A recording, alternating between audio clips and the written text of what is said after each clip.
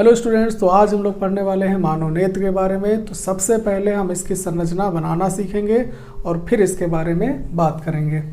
तो चलिए देखते हैं कि मानव नेत्र की संरचना कैसे बनेगी।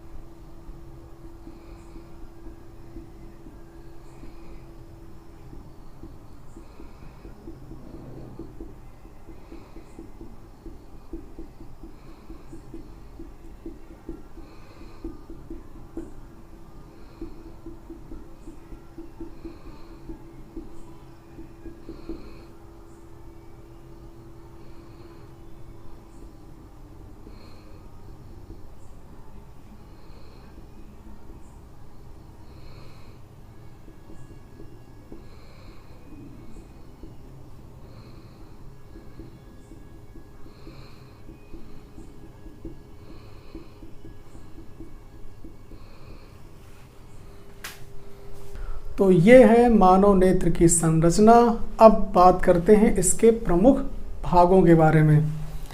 तो चलिए, मानव नेत्र की जो ये सबसे बाहरी परत है इसे कहते हैं दृढ़ पटल। मानव नेत्र यानी कि इस नेत्र गोलक की सबसे बाहरी परत को कहते हैं दृढ़ पटल।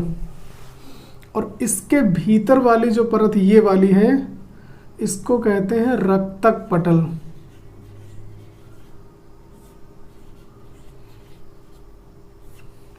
और जो सबसे भीतरी परत है इसको बोलते हैं रेटिना।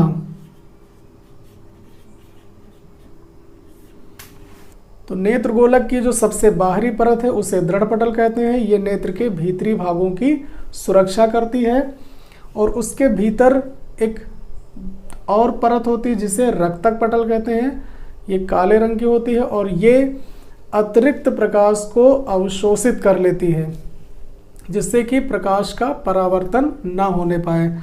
और जो सबसे भीतरी परत है इसे रेटिना कहते हैं। इसी रेटिना पर ही वस्तु का प्रतिबिंब बनता है। जब हम किसी वस्तु को देखते हैं तो उसका प्रतिबिंब इसी रेटिना पर ही बनता है। रेटिना के मध्य में एक पीले रंग का भाग होता है जिसे पीत बिंदु कहते हैं। और इस पीत बिंदु पर प्रकाश की सुग्राहिता बहुत अधिक होती है, इसलिए इस जगह पर बना हुआ प्रतिबिंब बहुत स्पष्ट होता है। यह है प्रकाश शिराएं।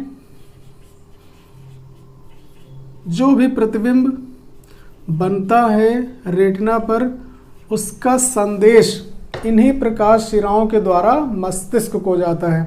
ठीक, प्रकाश शिराएं जहां से छेद कर बाहर निकलती हैं, वहां पर जो बिंदु होता है उसे अंध बिंदु कहते हैं। इस बिंदु पर प्रकाश की सुग्राहिता बहुत कम होती है, इसलिए यहां पर प्रतिबिंब स्पष्ट नहीं बनता है। अब आते हैं इधर बाहर की ओर। ये नेत्रगोलक का आगे का उभरा हुआ पारदर्शी भाग, इसे कार्निया कहते हैं। क्या कहलाता है? कार्निया। नेत्रगोलक का उभरा हुआ पारदर्शी भाग कार्निया कहलाता है। इसी कार्निया से होकर प्रकाश नेत्र में प्रवेश करता है और इसके अंदर एक रंगीन झिल्ली का पर्दा है जिसे आइरिस कहते हैं। ठीक, ये रंगीन झिल्ली का पर्दा है। ये काले रंग का भी हो सकता है, नीले रंग का भी हो सकता है, भूरे रंग का भी हो सकता है। ये अलग अलग रंग का पर्दा होता है। ठीक, इसे आइरिस कहते हैं। इस पर्दे के बीच में यानी आइरिस के बीच में एक छिद्र होता है जिसे पुतली या नेत्र तारा कहते हैं। पुतली या नेत्र तारा। आइरिस के बीच में एक छोटा सा छिद्र होता है जिसे पुतली या नेत्र तारा कहते हैं। इस पुतली की विशेषता ये होती है कि ये अधिक प्रकाश में अपने आप छोटी हो जाती है और कम प्रकाश में अपने आप बड़ी हो जाती है, जिससे सीमित मात्रा में ही प्रकाश इसके अंदर प्रवेश कर सके। इसके अंदर एक ऊतकों का बना द्विउत्तल लेंस होता है जिसे नेत्र लेंस कहते हैं। ऊतकों का बना द्विउत्तल लेंस होता है जिसे नेत्र लेंस कहते हैं। ये पेशियों पर टिका होता है और पेशियां इस पर दबाव डालकर इसकी वक्रता को कम या ज़्यादा कर सकती हैं और इसी वजह से इसकी फोकस दूरी भी कम या ज़्यादा होती रहती है। ये पेशियों पर टिका होता है और पेशियां इस पर दबाव डालकर इसकी वक्रता को कम या ज़्यादा कर सकती हैं और जिसके कारण इसकी फोकस दूरी भी कम या ज़्यादा होती रहती है और वस्तु का प्रतिबिंब रेटिना पर ही बन जाता है।